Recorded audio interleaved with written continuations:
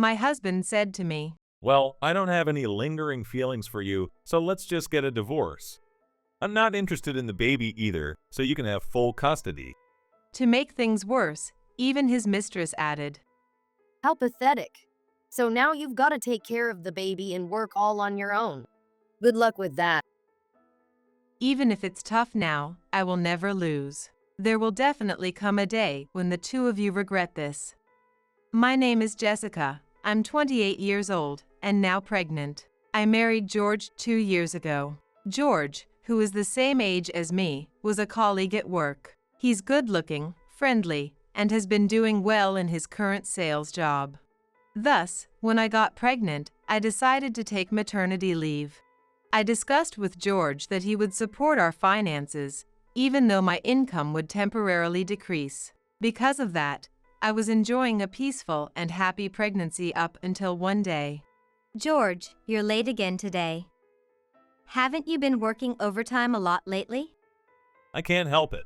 The baby's coming soon, and the pressure to make more money is getting to me, you know?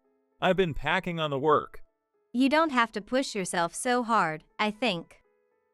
As my due date approached, George started coming home later and later, often not arriving until after midnight. It was hard for me to stay up that late with my pregnant body, so sometimes I went to bed before he got home, but that seemed to annoy him too. Must be nice for you. You get to just laze around all day and use the pregnancy as an excuse. Meanwhile, I'm out here slaving away for this family. Geez, being a dad really sucks. Wait, what do you mean? You know this baby is yours too, right? Yeah. You've been getting so angry about everything lately and lost all your charm. Women should just smile and nod at whatever their man says.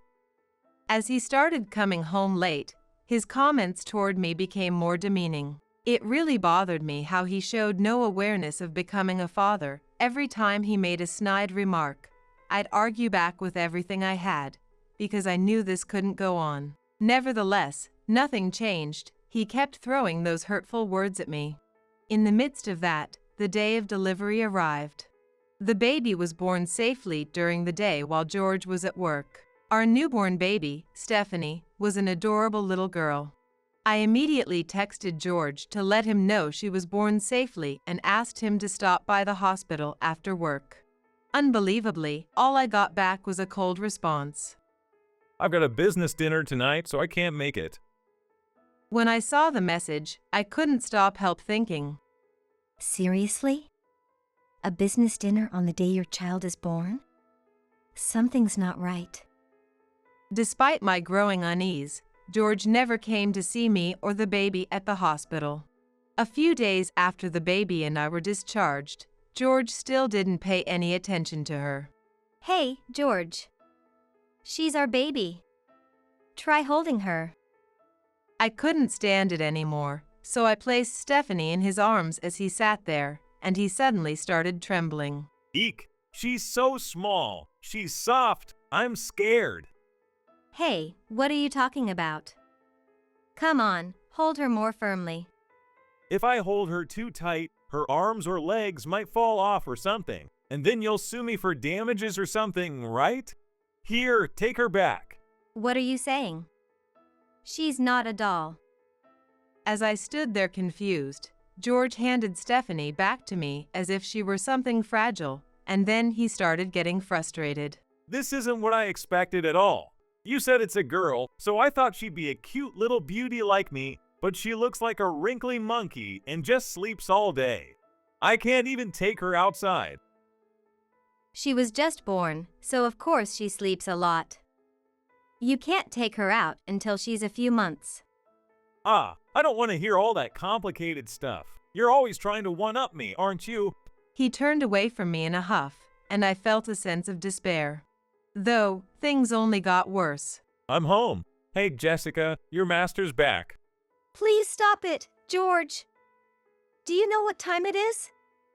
You're gonna wake Stephanie. What's with that attitude toward the breadwinner of this house? Jessica, you're really not feminine at all. You've become a mom and thrown your womanhood away. What? I kept hoping that once the baby was born, once we brought her home, George would change. Every time, my hopes were crushed, though. That night again, he came home in the middle of the night, causing a ruckus at the front door. Not only did he show no concern for our family, but he also strutted around like he was king of the castle and yelled at me. On top of that, Is that the smell of alcohol and sweet perfume? Could it be? on the nights when George came home late, his suit reeked of perfume. Could he really be? A possibility I didn't want to consider kept swirling around in my mind. Hey, George. We need to talk. It was the weekend, and George was off work. I made sure Stephanie was napping and decided to ask him. What's up with this serious tone all of a sudden? George, lounging around in his sweats, was lazily fiddling with his phone. Even though it was his day off, he didn't help with any housework or childcare and didn't seem to realize that his behavior was the problem. Do you want to thank me for all my hard work? I mean, I'm busting my butt for this family. I'm really a great dad. No. That's not what I want to say. When I raised my voice, he made an irritated face. What's your problem? Don't ruin my precious day off. Ever since I was close to giving birth, you've been coming home late. Why? Why? Because work's been busy. I'm doing this for you guys. But on the nights you come home late, you always smell like alcohol and women's perfume. George, are you seeing someone else? I mustered up the courage to confront him. He looked surprised for a moment, but then he started laughing as if it was nothing. Oh, so you figured it out? Figured it out. Do you realize how awful what you've done is? Stop nagging. This is partly your fault too, so don't just blame me. What? My fault? How can you say that after what you've done? I said stop nagging. It's your constant complaining that pushed me to this. You're so annoying that I got stressed out. I was speechless at his ridiculous excuse. You really think that excuse is going to work? When I finally managed to say something, he shrugged his shoulders. It's not an excuse. Fine, I'll explain everything tomorrow. Just stay home, okay? Huh? What do you mean? Just wait till tomorrow. With that, he casually left the house, leaving me standing there in shock. I had no idea what he was planning, and all I could do was worry. Come in. Wow, I'm so excited. The next day, around noon, I waited nervously. I heard two cheerful voices coming from the front door. One was George's voice. The other voice belonged to a woman I knew. Rebecca! Why are you here? Rebecca, a friend from college, walked into the living room with George. She had always been flashy and bold, the complete opposite of me. Though we called each other friends, we were never particularly close. Why am I here? Jessica, you're still as clueless as ever. I'm here to take George, of course. What? You're taking George? Rebecca and George both laughed at my bewildered expression. Man, you really are slow, aren't you? You're nothing like Rebecca. What did you just say? Even though I was about to lose my cool, I quickly turned on the recording function on my phone. At the same time, a memory started to surface. Back when I had just gotten pregnant, I once ran into Rebecca at a shopping mall while I was out with George. Don't tell me, you guys started this affair back when bumping into her at the mall. That's close, but it wasn't right away. After I secretly gave George my contact info, he finally worked up the courage to reach out to me, and then we kept talking on the phone. Rebecca blushed like she was sharing some cute story about her boyfriend, all while describing their affair. That's basically the same thing. I can't believe this. George, you were already a father by then. See? This is exactly what I mean. Every time you open your mouth, it's about being a father or responsibility. It's no wonder I didn't want to stick around. I'm great at my jobs, and women can't get enough of me. Poor George. You got stuck in this marriage because she just happened to get pregnant, and now you're trapped by the baby. Of course, you needed someone to comfort you. God will forgive you. Happened to get pregnant? Rebecca, what are you even talking about? I was so stunned by their childish words that I couldn't respond. George sighed deeply as if he was tired of explaining things to me. I feel like I've been scammed into this marriage. Ever since Jessica got pregnant, she's been dressing like a slob, and now that the baby's here, everything revolves around her. This woman is completely useless. Right? And look at what she's wearing now. Why are you in that loose dress? If you didn't want your husband stolen, you should be in full makeup and stilettos every day. Come on, do you guys even know how hard it is to raise a child? You can't put the baby first and still be all dolled up like that. When I raised my voice, Rebecca shrieked in an overly dramatic way. Yikes! Scary. Is this one of those self-righteous moms I've heard about? Hey, Jessica, unlike you, Rebecca is delicate, so don't be so rough with her. Facing this ridiculous pair of delusional cheaters, I found myself speechless. These people, they didn't even seem like they were the same species as me. Seeing me fall silent, George continued to say something even more unbelievable. Anyway, I'm done with you. Let's just get divorced. I'm not interested in the baby either. She's so tiny and fragile, and I can't even show her off outside because she always needs to be changed and dressed up. Stephanie's not a doll. Whatever, you can have custody. Signing the divorce papers will be quick, right? Jessica, you're so pathetic. Now you have to take care of the baby and work all by yourself. Good luck with that. George and Rebecca sneered, laughing triumphantly. I must have looked pale. What was truly pitiful, though, was the fact that I married the man and introduced the woman as a friend. I clenched my shaking fists, glaring at them through a mix of anger and despair. Fine, I'll divorce you, George. But I'm going to demand compensation from both of you. And of course, you'll be paying child support. Wow, sore loser much? No matter how much I have to pay you, I'm a top sales guy. I'll make enough for Rebecca and me to live it up. I'm a successful career woman too, so I'll just pay you the money and be done with it. It's no big deal. George and Rebecca laughed off my perfectly reasonable demands, thinking I was just being bitter. These two really were living in their own little fantasy world. Well, I'm moving into Rebecca's apartment. You won't be able to afford the rent here, so I'll cancel the lease. Better pack up and find somewhere else to live, okay? Your husband's left you, and now you're stuck with a kid, no house, and divorced. Wow, Jessica, you've really hit rock bottom. I'll let our old college friends know about it. Maybe someone will feel sorry for you. They left, laughing loudly. How could they be so cruel? I nearly collapsed on the living room floor, but then I heard Stephanie crying from her nap. I hurried to the bedroom, picked her up, and the warmth of her tiny body instantly gave me strength again. I can't let myself cry. I quickly wiped away the tears that were starting to spill over from the cruel words of those two. Oh, my sweet baby.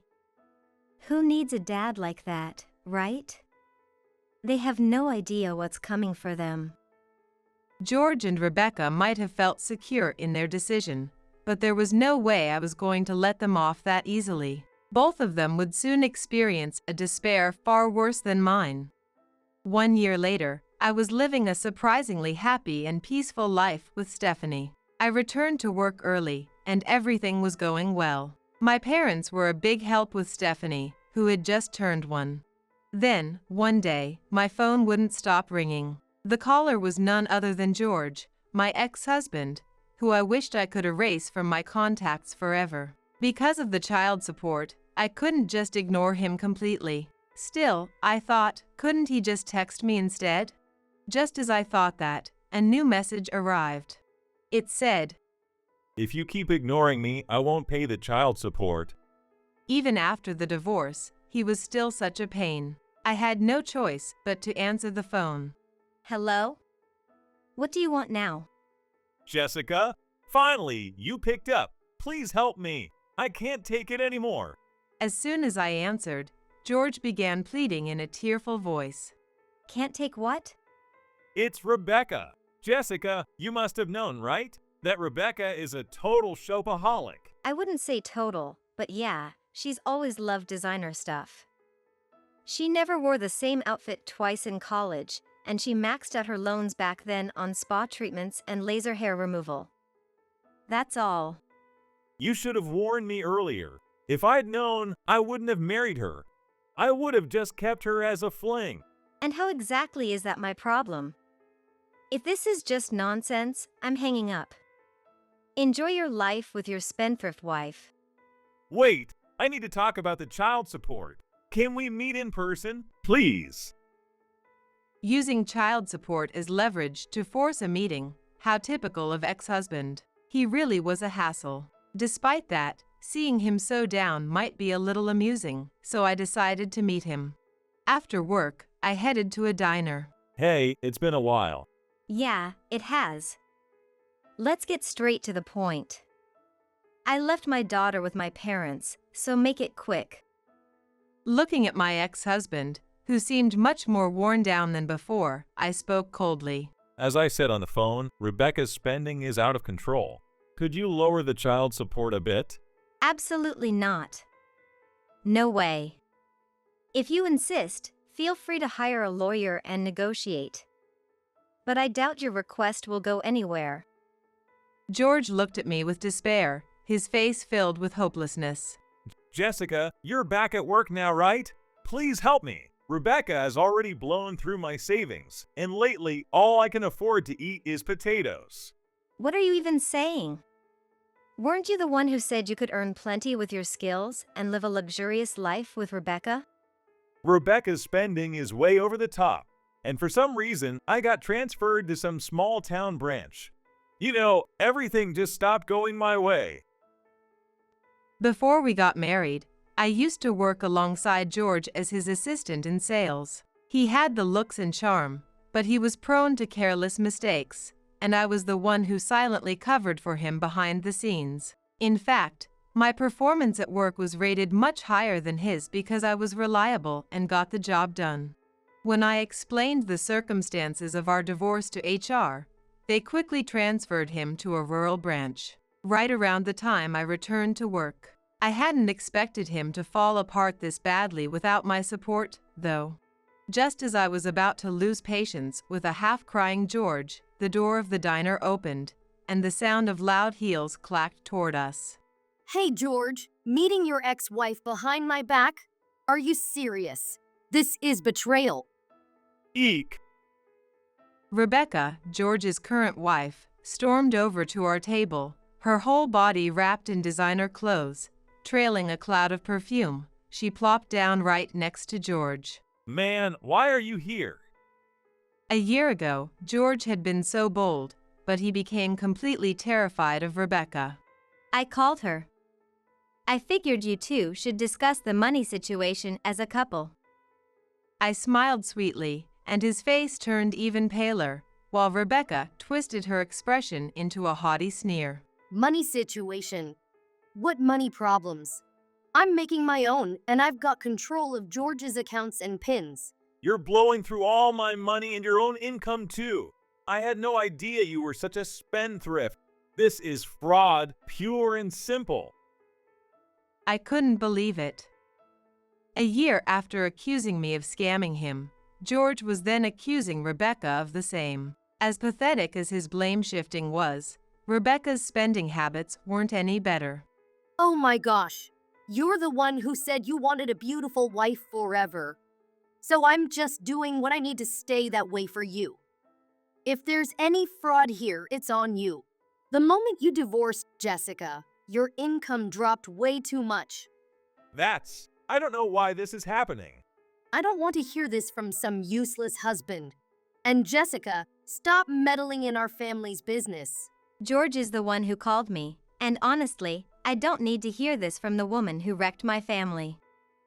I only muttered it under my breath, but my comment seemed to hit Rebecca hard. She fell silent. Finally, with both my ex-husband and ex-friend quiet, I just shrugged, relieved by the peace. Sure, your finances aren't my problem, but you still owe me what's due. George, you need to pay child support. And Rebecca, you better start paying that compensation. What? Rebecca, you haven't paid the compensation yet? You told the lawyer you'd pay it all at once. This is bad. Nothing really happened even though I didn't pay it, right? Compensation's usually no big deal anyway. George buried his face in his hands at Rebecca's absurd comment. You're unbelievable. And you're just as ridiculous for getting involved with someone like her and having your little affair. Anyway. I sighed, resting my chin on my hand as I listened to their stupidity, but then I straightened up and smiled at Rebecca. Hey, Rebecca, did you bring what I asked for in that message? Her previously sour expression suddenly brightened. I brought them. Why are you jealous of me? You must be if you're so eager to see this stuff. Rebecca dramatically pulled a stack of letters out of her bag, all of them demand notices from various law firms. What? What are these? Rebecca, tell me. George was at a loss for words. Of course, he was shocked. He had no idea that his current wife, Rebecca, was being pursued for compensation by so many people. Sorry, George, but I'm really popular, especially with lawyers for some reason.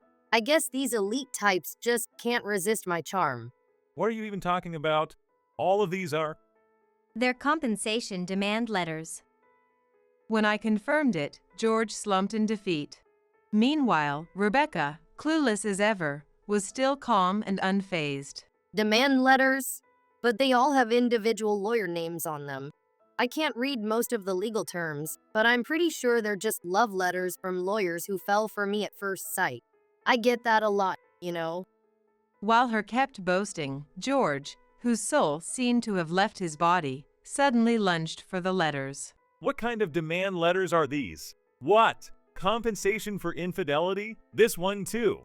And this one says they're moving forward with garnishment if it's ignored any longer.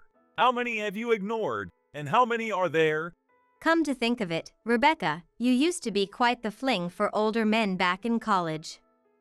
How many families have you ruined so far? George looked at me in shock, hearing this for the first time, while Rebecca remained unfazed. Don't exaggerate. I can't help it if I'm popular. Every man who's bored with his wife chooses me, okay? Being a desirable woman is practically a crime in itself. I glared at Rebecca with a look of pure contempt. Rebecca, don't you realize you're just the second choice for these men? They're using you. What? How dare you? Every single one of those men told me they loved me more than their wives. Sure, whatever. It doesn't matter to me. But you've got a lot to deal with now. Besides my compensation, you'll have to pay money to all those others, too. That'll cost you close to $1 million, won't it? Huh? What do you mean? She still hadn't grasped the situation. I decided to explain it slowly, so even her fantasy-filled brain could understand. These aren't love letters from lawyers. They're compensation demand letters from the wives of the men you've been with. If you keep ignoring them, the court will get involved, and your wages will be garnished. What? They're not love letters. And what do you mean by my wages will be taken? That's insane. For them to enforce it, you must have signed some legal agreements with those wives, right? Ah, maybe I did help some of the wives with paperwork after they yelled at me. But what power does some piece of paper have? It's pointless to explain any further. You can't escape this anymore, all right? You'll probably get a notice from the court soon. Rebecca finally turned pale as the reality of the situation sank in. What? Court? That sounds terrifying. Am I going to end up as a criminal? What should I do? Help me. She began crying loudly, not caring who saw her. I calmly spread out the demand letters and helpfully gave her some advice. If you want to avoid wage garnishment, you'll need to pay all the compensation. And don't forget mine.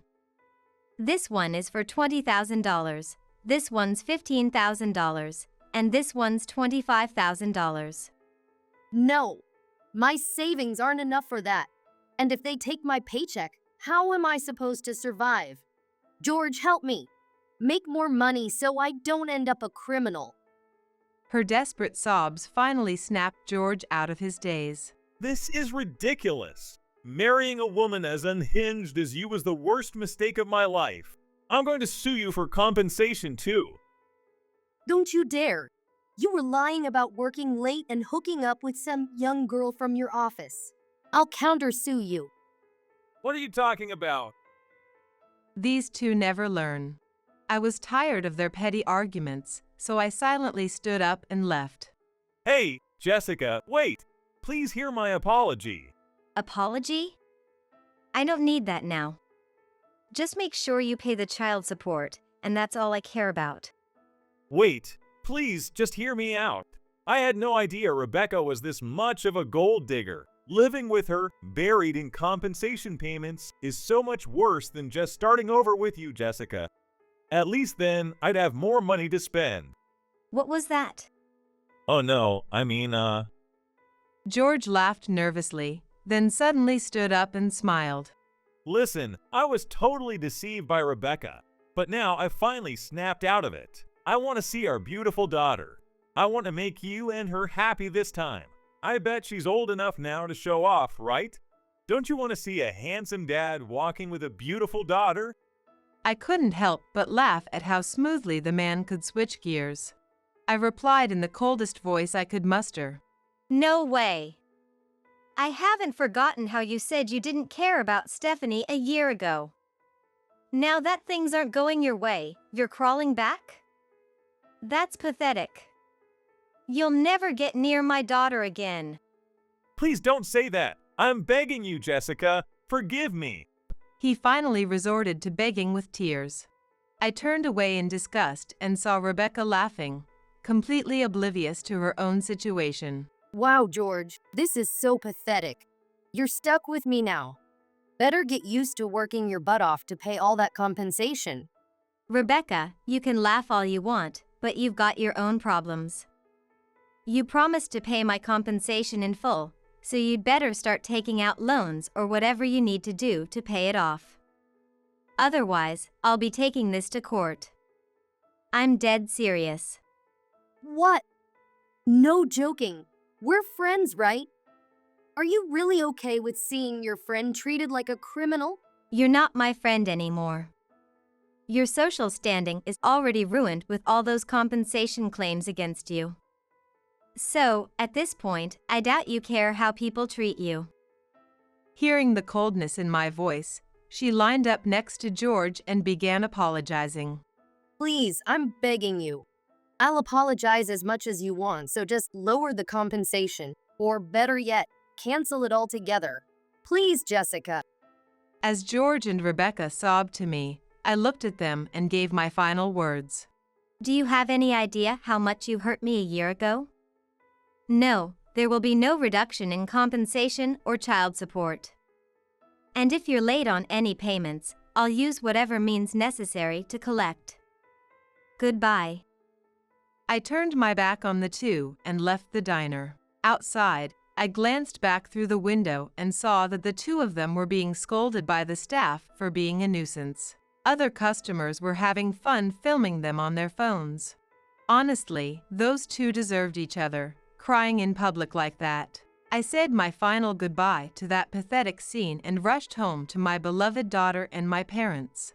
After that, George and Rebecca entered a bitter, drawn-out divorce mediation. Rebecca had affairs with multiple married men, whereas George desperately wanted to leave her but was stuck because she refused to divorce her cash cow. Since George had also cheated during their marriage, he couldn't fully blame Rebecca and couldn't play hardball in the divorce. The mediation dragged on, both of them wearing each other down mentally. To make matters worse, George was caught flirting with young women at his new branch, leading the company to transfer him to an even more remote office. He's essentially being forced to resign. Meanwhile, he's working late-night side jobs to pay for child support. Still, the divorce mediation costs are draining him. Rebecca wasn't much better off. Despite her claims of being a successful career woman, she was actually disliked at work for her incompetence. It turns out she was never the boss babe she claimed to be. On top of that, Two of the women who were demanding compensation from her were the wives of her bosses at work. The company couldn't ignore it, so Rebecca was fired. Now, she's taking whatever job she can find to pay off her mountain of compensation, including the money she owes me. A former classmate who saw her recently said she looked completely worn down and aged. It's all the result of her foolish choices just to feel superior for a brief moment. As for me and Stephanie, we're surrounded by support and living happily together. I've been steadily climbing the career ladder, so there are days when I don't get to spend as much time with Stephanie as I'd like. Instead, I make sure to make the most of our weekends together and take days off when I can to be with her. Maybe that's why she always greets me with a big smile and a Mama, Mama. when I come home from work. In the early days after divorcing George, I sometimes felt guilty for raising her in a single-parent home. However, watching her grow, smile, and tackle new challenges every day, that guilt has completely disappeared. I'm determined to keep living and thriving together with my dearest daughter, supporting each other along the way.